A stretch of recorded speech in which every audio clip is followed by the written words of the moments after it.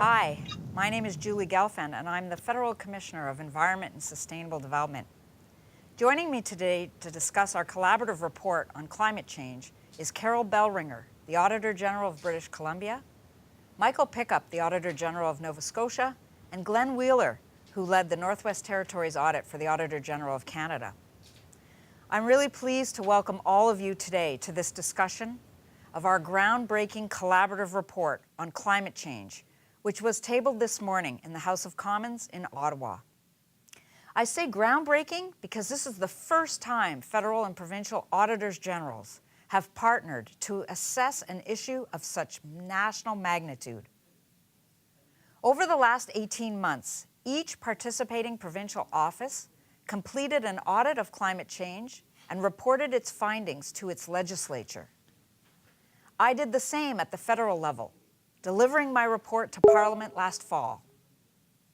The Auditor General of Canada, in his capacity of auditor to the 3 territorial governments, also provided a climate change report to the legislative assemblies of the Yukon, Northwest Territories, and Nunavut.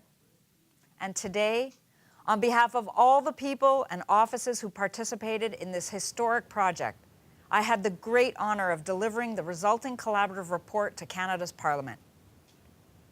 Before opening the floor to your questions, we're going to take a few moments to review the key points we've raised in the collaborative report. So first, the good news. The findings from the federal, provincial, and territorial climate change audits confirm that Canada's governments are working on climate change. All governments have agreed that climate change is an important issue and have committed to taking significant action. So Canada is out of the starting gate. The bad news is that the work Canada needs to do is far from done. The audit work on climate change showed that overall, no government in Canada has met all its climate change commitments. Most who have set greenhouse gas reduction targets are not on track to meet them. And no government is fully prepared to adapt to the impacts of climate change.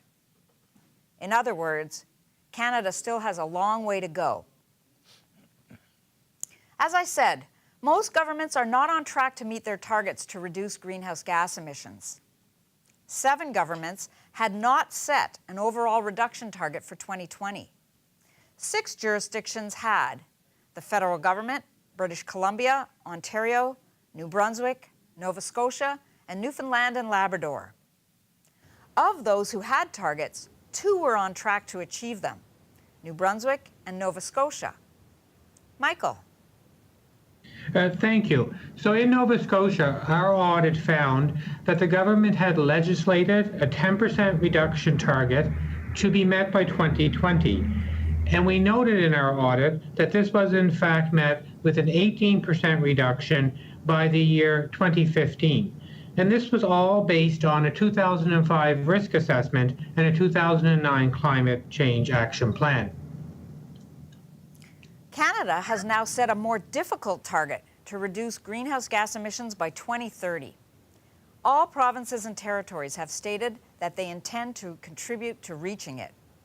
However, only New Brunswick, Ontario, and the Northwest Territories have set targets for 2030. Others have set sector-based targets for different sectors of the economy, and the targets are based on different baseline years. So the governments do not seem to be aiming in the same direction. And the federal government did not yet know how it would measure each territory and province's contribution to reaching this new national target. The audit work showed that a majority of provinces and territories had developed high-level strategies to reduce emissions, but they lacked detailed timelines, implementation plans, and cost estimates.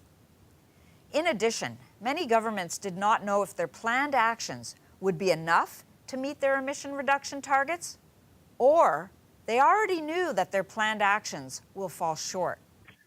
Carol. Thank you, Julie. British Columbia issued a climate leadership plan in 2016, which outlined the government's planned actions to reduce emissions. But the plan didn't build a clear and measurable pathway to meeting the targets, and it was missing a clear schedule or detailed information about implementing the mitigation plan. Glenn. Thanks, Julie. The Northwest Territories greenhouse gas strategy, which expired in 2015, lacked meaningful emission targets, did not have targets for major emitters, and did not have a significant impact on emissions levels. However, a new strategy was to be included in the Territories' climate change strategic framework and is to be released later in 2018. The audit work also looked at what governments had done to help Canadians prepare for the impacts of a changing climate. The first thing governments need to do is figure out what the risks of climate change are. Our report shows that only Nova Scotia had undertaken a detailed government-wide assessment of risks. Michael?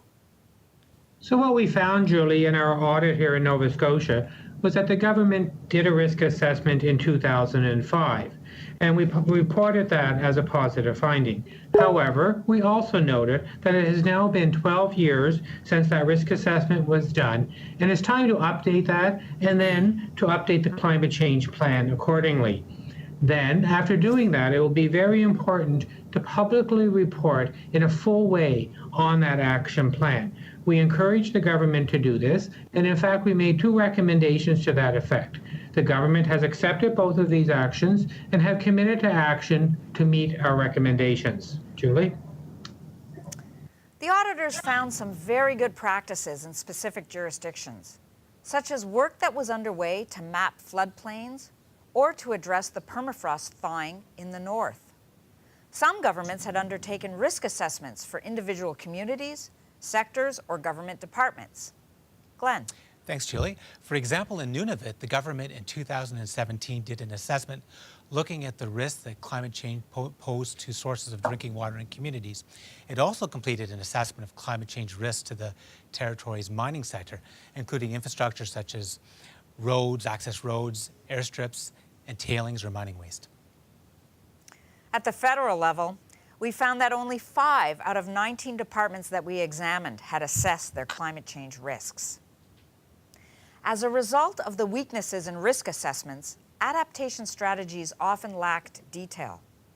And the federal government, Alberta, Saskatchewan, Manitoba, and Northwest Territories had no adaptation strategy or plan at all. Several audit offices found challenges with coordination between departments. For example, departments that were assigned leadership roles on climate change often did not provide sufficient information, guidance, and training to the rest of the government. That was the case federally with Environment and Climate Change Canada. In some cases, the lead department did not have sufficient resources, nor the authority to require ministries to take specific action. And on reporting, only 7 jurisdictions, including the federal government, were regularly informing the public on the status and results of their actions taken to reduce emissions. Without regular monitoring and reporting on progress, the governments cannot assess if actions are working as intended, and Canadians cannot hold governments to account for their commitments. Carol? So in British Columbia, the government issued reports on progress to reduce emissions, and that was according to legislated requirements. But we did find that the 2016 report had less detail than the reports that were issued in 2012 and 2014, and the public reporting on adaptation has been limited. Finally, our report provides a series of questions that Canadians and legislatures can use to keep their government's feet to the fire on climate change action. Questions like, what will governments do to demonstrate that they will be able to reach their greenhouse gas emission reduction targets? How will these actions be funded? Or, as governments dedicate resources to adaptation actions, how will they ensure that the most pressing risks are being prioritized? We encourage you to have a look at these questions. So why does all this matter? Well, first of all, greenhouse gas emissions have yet to go down, and the impacts of a changing climate are already being felt. Canadians are experiencing more severe weather, more flooding events, more intense forest fires, and rising sea levels. Meeting the new 2030 target will require significant effort and actions on top of what is currently planned or in place. The Pan-Canadian Framework on Clean Growth and Climate Change is a step in the right direction. It brought together key players to chart a possible way forward. What we need now is to see it implemented. And now I'm going to open up the floor to your questions. Merci beaucoup. Thank you very much. Thank you very much. Good afternoon, everyone. I've just been told we have over 200 people calling or listening in to us today, so that is great news. Welcome, everyone. I'm going to be providing the questions. I invite Julie, Glenn, Michael, and Carol to take these and chime in, and through the conversation, we will have a very productive dialogue. So our first question is an open-ended one for everybody. We'd like to know what surprised you most in this audit work that was undertaken. Glenn, do you want to start? Sure, I'd love to. I think from the perspective of the three teams that undertook audit work in the Northern Territories, the biggest thing that surprised us was the lack of an overall risk assessment for where governments should focus their efforts with respect to climate change. So, for example, we found in pockets of that sort of risk assessment in some of the territories. In the Yukon, in Nunavut, the government looked at risk to drinking water in communities. They also looked at climate change risk to the mining sector. And in Northwest Territories, the government looked at risks associated with public buildings and roads. But what we didn't see was an overall assessment of all the risks that each of the territories was facing. That's important because from our point of view, only by having an overall risk assessment can governments be in a position to allocate their limited resources to areas of greatest risk. Michael? I think what surprised me most down here in Nova Scotia when we did the audit was that, while it was a good story that the targets had been met ahead of schedule, the fact that the risk assessment and the plan are now quite outdated in the sense of having been done in 2005, and that time is going by and those things haven't been updated. That was the biggest surprise, that the government has done reasonably well. They're ahead of schedule on the targets, but missing that next step to go say, okay, let's get everything now updated, let's get a new plan in place, and let's report to people accordingly. So I think that was my biggest surprise down here in Nova Scotia. Carol? In British Columbia, I'd say the greatest surprise was on the adaptation side. We certainly heard a lot publicly around emission targets and progress in that area. But when we started looking into the adaptation side, there are a lot of ministries that are involved with it. But the central ministry and the group in the Climate Action Secretariat, they, for example, only had 3 employees working on adaptation and 36 working on mitigation. So while it was something going on across the province, lots of good action, we would have expected something more central in terms of control and leadership.